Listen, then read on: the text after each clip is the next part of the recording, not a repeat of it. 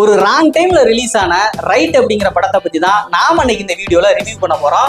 ஆக்சுவலா இந்த படம் ஸ்டார்ட் ஆன உடனே ஒரு கொலையை பத்தி ரிவீல் பண்ணுவாங்க அப்படின்னு பார்த்தா படம் பார்க்க ஏன்டா வந்தோம் அப்படின்னு சொல்லிட்டு மொத்த ஆடியன்ஸையும் ஃபீல் பண்ண வைக்கிற அளவுக்கு கொலை பண்ற மாதிரி தான் இந்த படத்தை ஸ்டார்ட் பண்ணாங்க.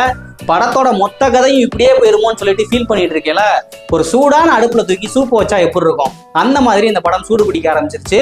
ஆமாங்க, இந்த படத்தோட டைரக்டர் என் கையில ஒரு லேப்டாப்பையும் ஒரு போலீஸ் ஸ்டேஷனையும் கொடுங்க, மொத்த கதையும் இந்த போலீஸ் ஸ்டேஷன்லயே வச்சு முடிச்சிடுறேன் அப்படிங்கிற அளவுக்கு தான் பட்ஜெட்டை செலவு பண்ணியிருப்பாரு அப்படின்னு நினைக்கிறேன்.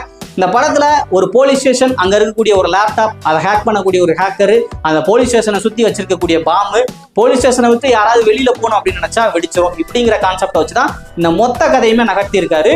இப்படி படம் நல்லாவே போய்கிட்டு இருக்கல, இடையில கொஞ்சம் இடத்துல கேப் விழுந்துருச்சு. அது கேப் இல்லடா உங்களுக்கு வச்ச ஆப்பு அப்படிங்கிற மாதிரி தான் இருந்தது. இந்த படத்தோட டைரக்டர் வந்து இதுக்கு ரைட் அப்படிங்கிற பேர் வந்து வச்சிருக்காரு. நீங்க அந்த படம் பார்த்துருந்தீங்க அப்படின்னா இந்த படத்துக்கு சூட் ஆகிற மாதிரி ஒரு கரெக்டான பேரை வந்து நம்ம கமெண்ட்ல வந்து மறக்காம கமெண்ட் பண்ணிட்டு போங்க.